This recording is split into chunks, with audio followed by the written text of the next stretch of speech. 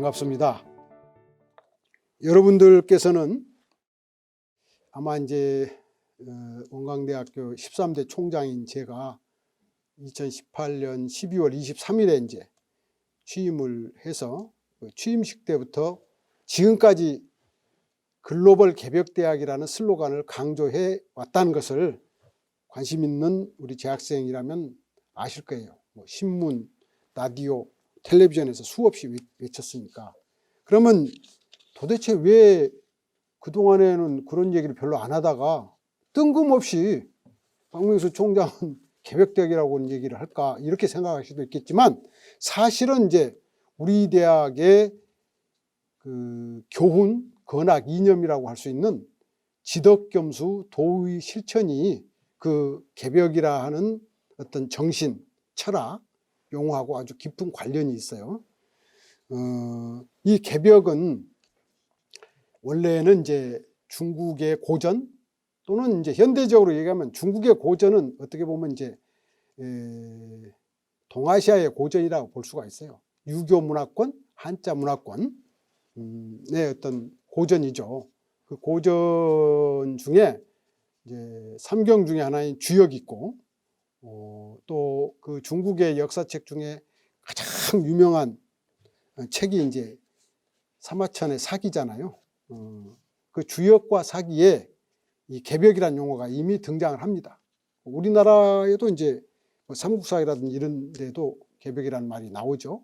그럼 그 개벽의 원래의 뜻은 천지개벽, 그러니까 천지가 개벽된다, 또는 중간중간에 이제 글자를 집어넣어가지고 천개지벽, 하늘과 땅이 열린다, 이런 의미죠. 하늘과 땅이 새로 열린다. 그러면 이제 주역과 사기 등의 동아시아 고전에서 썼던 개벽의 의미는 지금으로 말하면 물리적인 공간의 창조예요. 성경에서 말하는 천지창조와 같은 의미예요.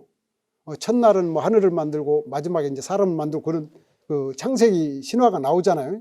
그러니까 우리 인간이 살아갈 수 있는 어떤 물질적인 공간에 처음 생긴 거, 물리적 공간의 창조, 천지창조와 같은 개념이 이제 개벽이었어요, 원래. 그런데 그런 개벽을 어떻게 보면 업그레이드, 새롭게 해석을 이제 19세기 말에 우리의 선조들께서, 우리 어떤 뭐랄까 이렇게 몇 대 앞에 스승들께서, 선지자들께서 그 개벽을 새롭게 해석을 합니다. 그래서 다시 개벽이라는 말을 쓰게 되죠. 개벽, 다시 개벽. 그래서 처음에 최초의 개벽은 물리적 공간의 창조라고 얘기한다면, 다시 개벽은 그걸 처음으로 외친 분이 이제 동학의 창시자 수훈 최재우 선생이시고, 그것을 이제 그 다음으로 이은 사람이 증산교의 교조인 증산 강일순 선생이고, 그 두 개를 어떻게 보면 정반합으로 이렇게 새롭게 더욱더 정리 체계화하신 분이 우리 원광대학교의 설립재단, 원불교의 창시자 소태산 이제 박중빈 대종사님이신데, 그러면 이제 수훈 최재우 선생, 증산 강일순 선생, 소태산 박중빈 대종사 세 분이 말씀하시는 개벽, 그건 다시 개벽인데, 이거는 어떤 의미냐? 물리적 공간의 창조가 아니라 지금까지 만들어져 왔던 지금까지의 기존 체제, 문명을 완전히 새롭게 바꾸는 새 문명의 창조라는 의미로 개벽을 쓰죠. 그러면 이제 왜 지금 이 코로나19와 관련해서 개벽이라는 말을 끌어와서 설명하느냐? 코로나19는 아까 제가 소개했던 많은 세계적 석학들의 진단에 따르면 지금까지의 사람들이, 우리가 서구의 어떤 그 르네상스, 종교개혁, 산업혁명 이후로 만들어져서 세계화해 왔던 이 자본주의 문명을 근본적으로 새로운 문명으로 만들지 않으면 안 된다. 코로나19의 근본 원인은 자본주의 체제니까, 그러면 이 자본주의 체제를 뛰어넘는 새로운 체제의 문명을 만들어야 된다. 바로 그런 차원에서 우리 한국의 그러한 기본적인 뭐랄까 이렇게 모델, 전통? 이게 어디서 있느냐? 다시개벽을 외친 그 동학이나 정상교, 원불교 교조들의 가르침 속에서 한국적인 새로운 문명의 체제를 찾아낼 지혜가 찾아질 수 있겠다. 바로 그런 새 문명의 창조의 뭐예요? 세계적 일꾼들, 그걸 다른 말로 하면 개벽의 일꾼들을 기르고 서포트하고 그 개벽의 일꾼들이 서로 뜻을 함께해서 일할 수 있도록 도와주고 성원하고 하기 위해서 만든 고등교육기관. 그 대학이 바로 여러분의 대학이란 말이죠. 여러분의 대학이 바로 새 문명의 창조를 슬로건으로 내걸고 1946년에 출범을 했어요. 올해가 75주년이에요. 그래서 이제 그 다음 단계로 넘어갑니다. 그래서 자, 여러분한테 내가 호소하고 싶어요. 스펙 쌓는 거 오늘 이후로부터 포기하라고 말이에요. 스펙 쌓아가지고 여러분 뭐 하려고 해요? 나는 1년에 한 100명만 괴짜가 나왔으면 좋겠어요. 어떤 괴짜? 학교에서 리포트 쓰는 것만 열심히 하지 말고 성적 내가 책임져 줄게. 낙제는 안 시킬 테니까. 좀 아까 말한 그런 세계적 석학들의 미래를 전망하는 문명의 어떤 새로운 세상을 전망하는 이런 분들의 훌륭한 책들, 고전이라고 보통 그러잖아요. 이걸 졸업할 때까지 한 100권 좀 읽자 이거예요. 여기서 그러면 뭐가 나오냐?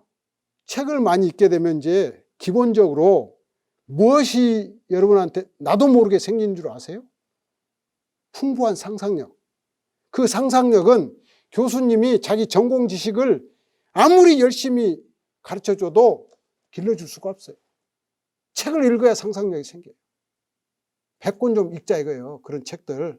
그러면 상상력이 풍부해져요. 그러면 교수님보다 뛰어난 제자가 나와.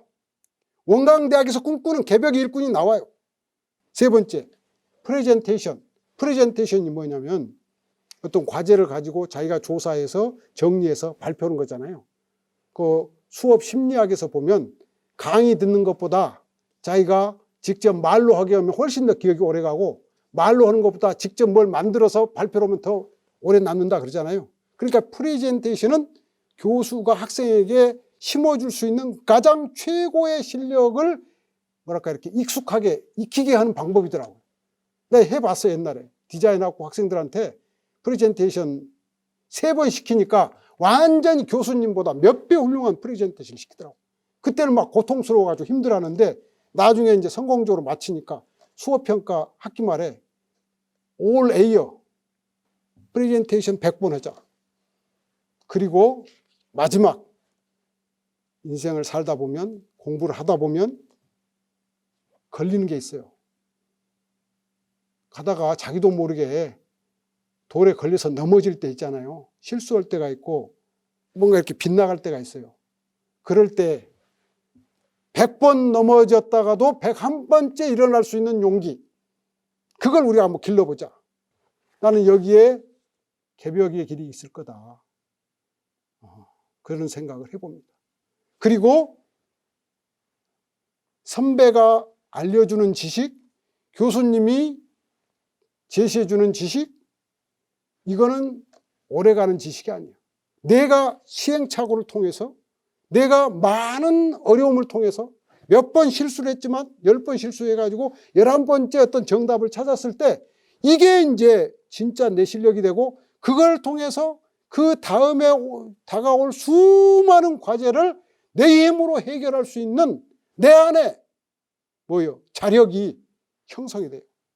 오늘 코로나19의 세계적 확산 그 현상과 그에 따른 세계 각국의 대응과 그에 대한 근본 원인을 함께 진단을 해봤고 그 속에서 지금 전 세계에 요청되는 인류사적 과제가 이 기존의 문명, 자본주의 문명, 서구에서 유래한 과학기술의 문명의 새로운 대안을 찾는 길인데 그건 바로 우리 이 땅에서 등장하셨던 세 분의 선지자, 수훈 최재우, 정산 강일순 소태산 박중민 대종사님께서 말씀해 주셨던 다시개벽이라고 하는 것이 바로 그러한 문제의식이고, 그 문제의식 하에서 그러한 문제를 해결할 수 있는 인재를, 세계적인 인재를 가꾸고 키우기 위해서 설립한 대학이 여러분의 모교, 우리가 몸담고 있는 이 원광대학교라고 하는